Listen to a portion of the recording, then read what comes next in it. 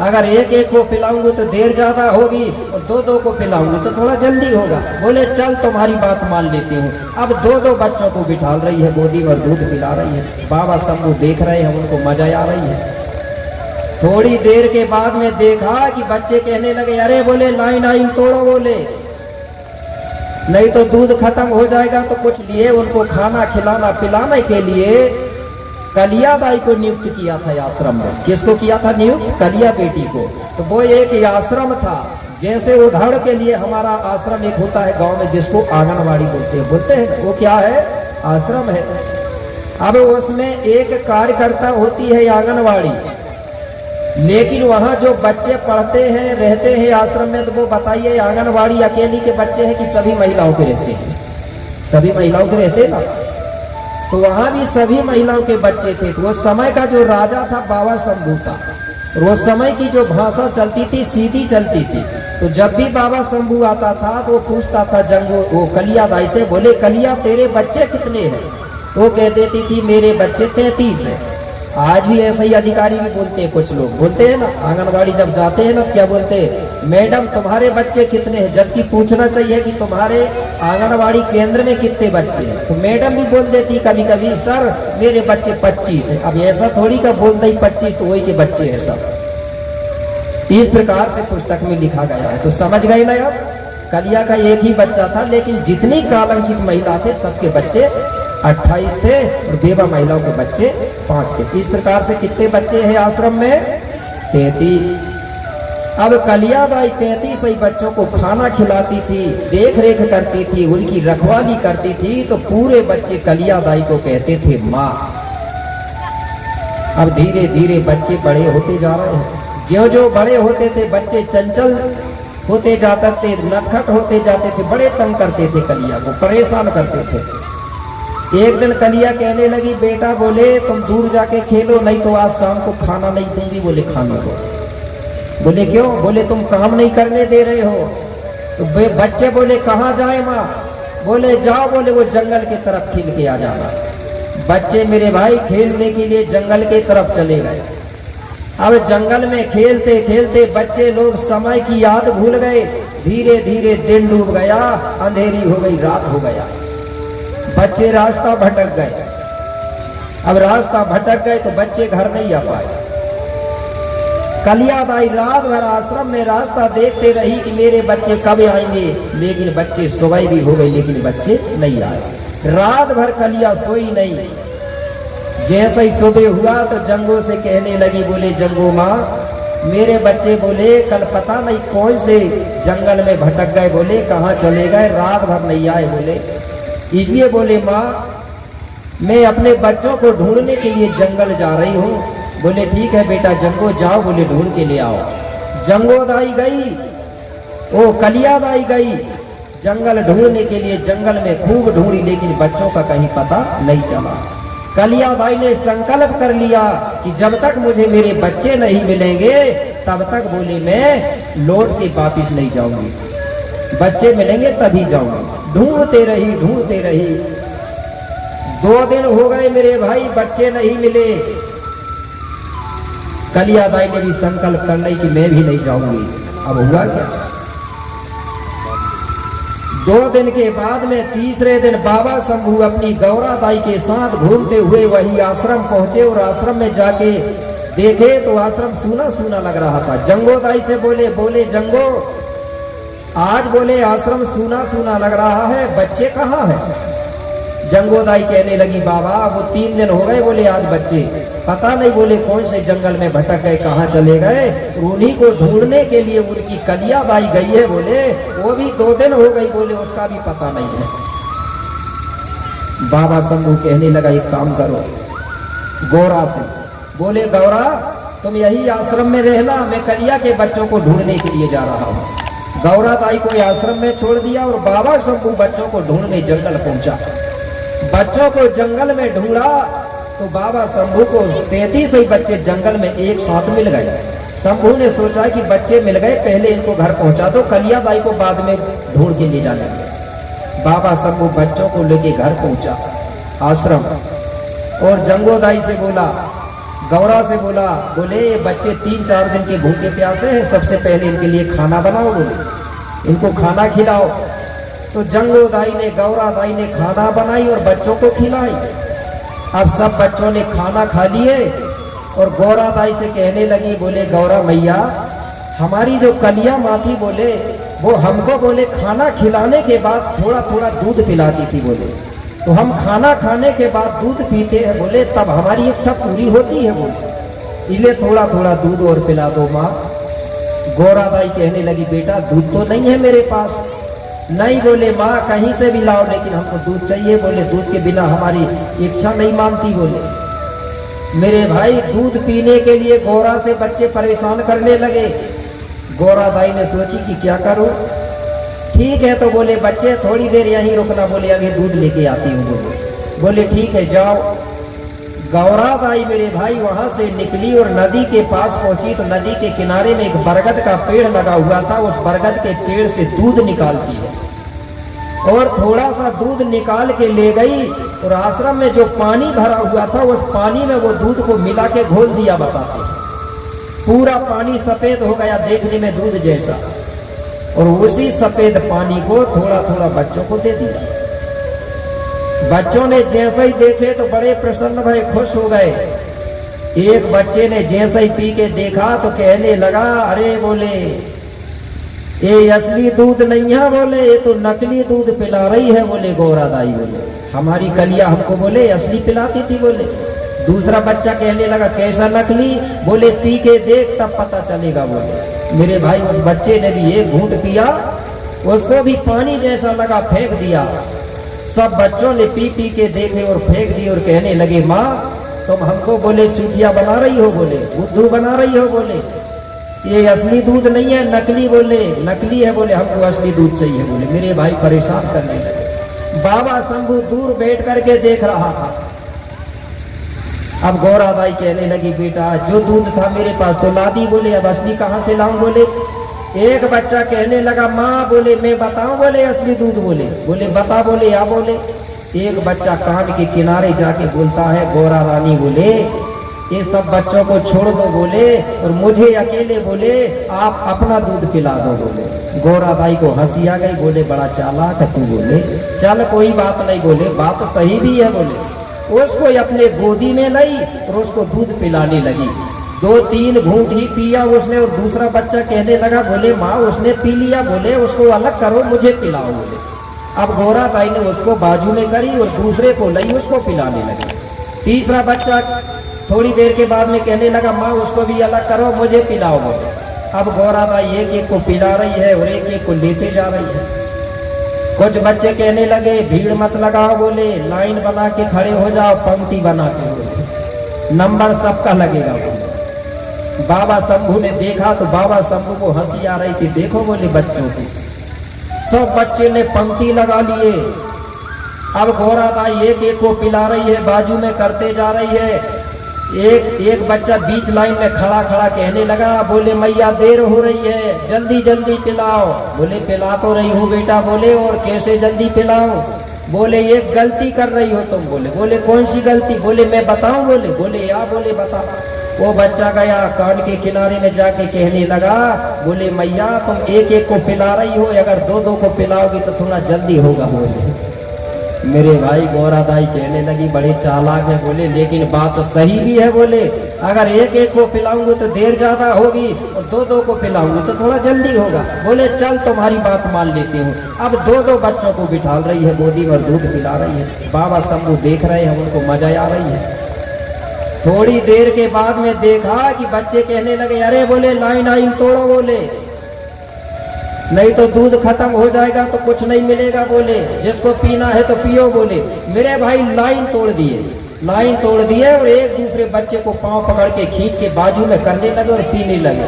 बाबा शंभू ने देखा कि पहले मजा आ रहा था, अब तो बोले गौरा को सजा मिल रहा है, ये बच्चे मूर्ख है, बोले अज्ञान है, बोले परेशान कर रहे हैं, इनके लिए कुछ ना कुछ अब करना पड़ेगा। बोले बाबा शंभू ने तुरंत मट्टी उठाया और मट्टी उठाने के बाद उसमें अपना यंत्र मंत्र पढ़ा, मतलब जिसको जादू बोलते हैं, ठीक है ना, उसको पढ़ा और बच्चों के बीच में वो माटी फेंक दिया। जैसे ही मट्टी बच्चों के बीच में फेंका भीड़ में, एक जानवर बन गया जिसको घोर पड़ लिखा गया है। गोह भी बोलते हैं, उर्रूम भी बोलते हैं, कुछ लोग जानते हैं ना, सभी लोग। जो अगर कहीं घुस जाता है तो पूंछ पकड़ के खींचोगे तो खींचता नहीं है, वही बन गया घोर पड़। जैसे ही वो बना और बच्चों के बीच में बैठा तो समूह ने चिल्ला के बोले, अरे वो बच्चे, बोले देखो तुम्हारे बीच में क्या बैठा है। बोले बच्चों ने जैसे ही देखे, तो बच्चों की आदत होती है, अगर कोई चीज निकल जाए तो वो खाना भी छोड़ देते हैं। जैसे ही उसको देखे तो बच्चों ने दूध पीना छोड़ दिया और बच्चे कहने लगे, देखो देखो, बोले क्या बैठा है। सब बच्चों को मजा आ गई, तो ऐसा करके ताली बजा बजा के हंसने लगे। जैसे ही ताली बजाए वो घोर पर उठ के भागने लगा। जैसे ही वो भागने लगा तो बाबा शंभू बोले, अरे बच्चे भागने मत दो, पकड़ो पकड़ो, बोले दौड़ो। उसी के पीछे बच्चे दौड़ पड़े, आगे आगे घोर पड़, पीछे से बच्चे। बाबा शंभू उठा तो वो भी बच्चों के पीछे से। अब घोर पर भागते भागते कोयली कछारगढ़ की जो गुफा है, आप लोग जाते हैं, जो देखा है, वही गुफा में घुस गया। बोलते बच्चे गए, कहने लगे यही घुसा है। बोले अपन भी घुसते हैं, बच्चे भी घुस गए। पीछे से शंभू गए, सोचने लगे कि ये बच्चे बोले मूर्ख है, बोले अज्ञान है। आज गोरा को परेशान कर रहे थे लोग, हो सकता है आगे चल के धरती में रहने वाले समझ जीव प्राणियों को भी ये परेशान करेंगे। क्यों करेंगे? क्योंकि ये अज्ञान है, इसलिए इनको 12 साल के लिए यहाँ बंद कर दो। बोले इसके बाद में इनके लिए कोई गुरु ढूंढना पड़ेगा, वो इनको पढ़ाएगा लिखाएगा, शिक्षा दीक्षा देगा। जब ये बच्चे ज्ञानवान हो जाएंगे तो ये किसी को परेशान नहीं करेंगे, बल्कि ये सबकी सेवा करेंगे। और जब सेवा करेंगे तो सेवा करते करते आगे चल करके ये 5 खंड धरती के 33 फुट के देवता बन जाएंगे। ऐसा सोचा बाबा शंभू ने, और एक बहुत बड़ा पत्थर लाया और दरवाजा में रख दिया, बंद कर दिया बच्चों को। और आज भी बात सही है, अगर ये बच्चे मूर्ख रहेंगे तो दुनिया के लोगों को परेशान करेंगे, और यही हाल आज भी है। हमारे लोग अगर अनपढ़ रहेंगे तो दुनिया के लोगों को परेशान तो करते हैं। कोई चोरी कर रहा है, कोई जुआ खेल रहा है, कोई दारू पी रहा है, कोई गांजा पी रहा है पंडाल के पीछे, ठीक है। वो सोच रहा है गुरु जी आगे बैठे, मगर पीछे पीछे चल रहा हो कार्यक्रम। कम से कम 6-7 ही दिन तो बंद कर लेते, ठीक है ना। तो मेरे भाई, जब तक हम पढ़ेंगे नहीं तब तक आगे बढ़ेंगे नहीं, ये बाबा शंभू भी सोचता था।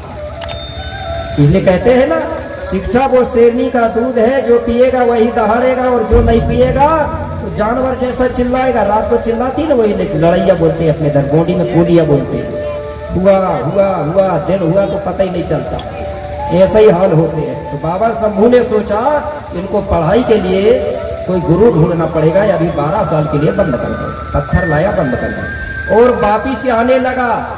वापिस आने लगा, कुछ दूरी में देखा तो एक बरगद का पेड़ लगा हुआ था बहुत बड़ा। उसी बरगद में एक गिद्ध रहता था।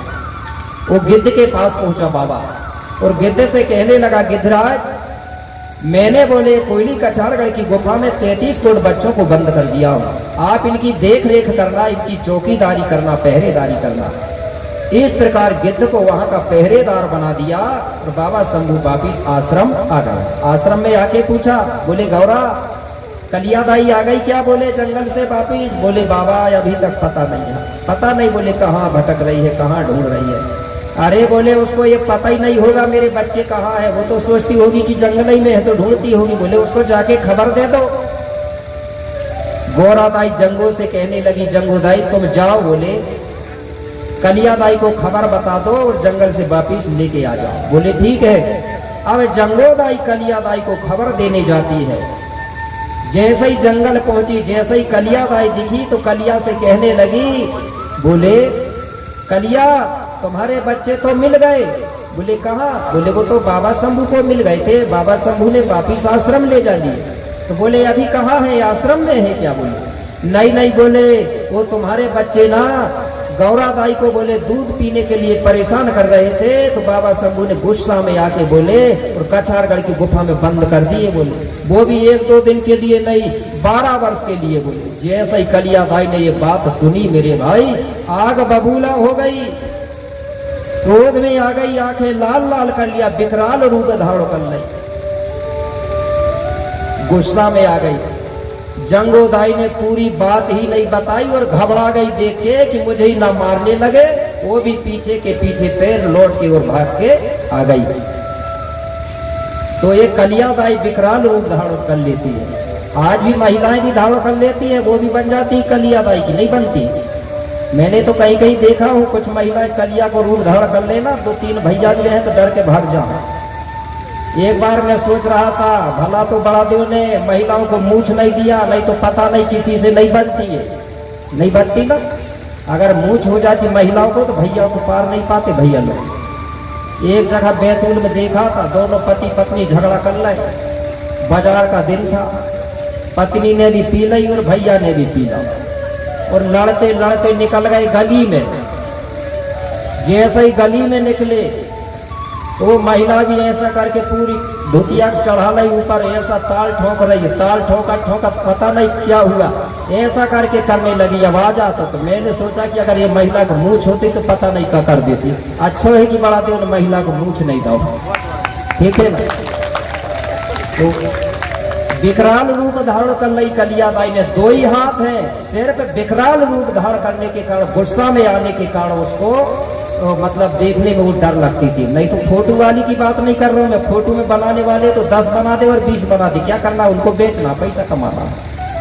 2 ही हाथ थे कलियादाई के, सिर्फ वो गुस्सा में विकराल रूप धारण करी थी, गुस्सा में आ गई थी। जंगोदाई लौट के आ गई और आश्रम में कहने लगी, बोले वो तो गुस्सा हो रही है, बोले बाबा शंभू के ऊपर बहुत गुस्सा हो रही है। बोले गौरादाई कहने लगी, चिंता मत करो, बोले मैं बोले एक उपाय सोचती हूँ, बोले मैं अपना जो वाहन है बोले शेर, बोले उसको भेजाती हूँ। बोले ये कोई काल्पनिक बात नहीं है, आज भी कुछ जगह के गोंड लोग आज भी शेर को बुला लेते हैं और पहले भी बुला लेते थे। गौरादाई कहने लगी, शेर को क्यों भेजो हो? शंभू कहने लगे, शेर को भेजोगी? बोले तो शेर क्या करेगा? बोले शेर जंगल में जाके दहाड़ेगा, चिल्लाएगा, जब शेर की आवाज सुनेगी कलियादाई तो घबरा के डर के भाग के अपने आप आ जाएगी। तो बोले भेज दो।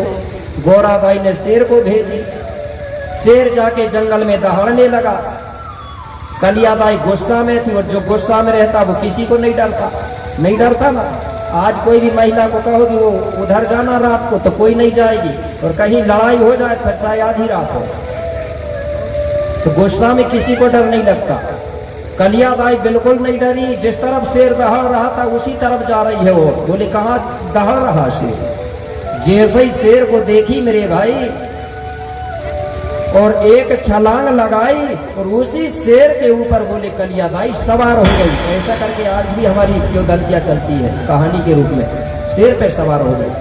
तो हमारे गोंड लोगों को ये बात पता चला कि कलियादाई एक बार शेर पे सवार हुई थी, तो हमारे लोगों ने कलियादाई को बोल दिया था सिंहवाहिनी, उसके अलावा दूसरी कोई सिंहवाहिनी नहीं थी। कालंक लगा तो उसी को कंकाली दाई कहा गया, और शेर पे सवार हो गई तो उसी को सिंहवाहिनी कहा गया। नहीं तो हमारे लोग दूसरी सिंहवाहिनी पे चले जाते। अब आश्रम नहीं आई, जब आश्रम नहीं आई तो जो गौरादाई है, जो जंगोदाई है, वो आश्रम में याद कर रही है कलियादाई की, और क्या बोल रही है मन ही मन कि बोले कलियादाई कम से कम बोले हमने जो शेर भेजी है उसी शेर में बैठे के आ जाओ। बोले तो हमारे लोगों ने यहाँ गीत बना के गाया है। कैसे गीत गाया है? वो कहती थी महिलाएं, बोले मैया, बोले कलियादाई शेर पे सवार होके आ जाओ। बोले कैसे?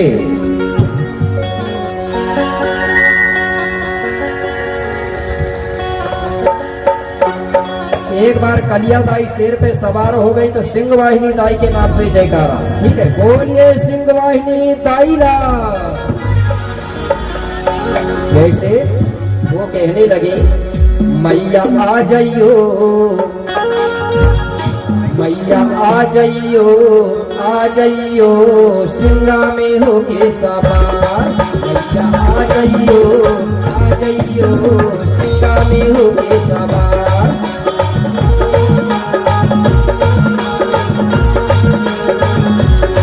मैया आ जाइयो, आ जाइयो सिंगा में होके सवार।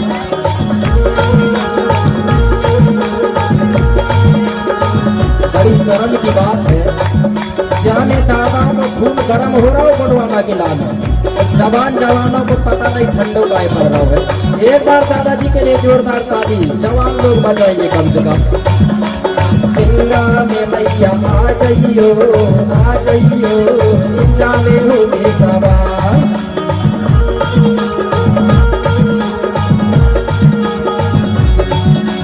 सिंगा में होगे सवार मोरी मैया सिंगा में होगे सवार।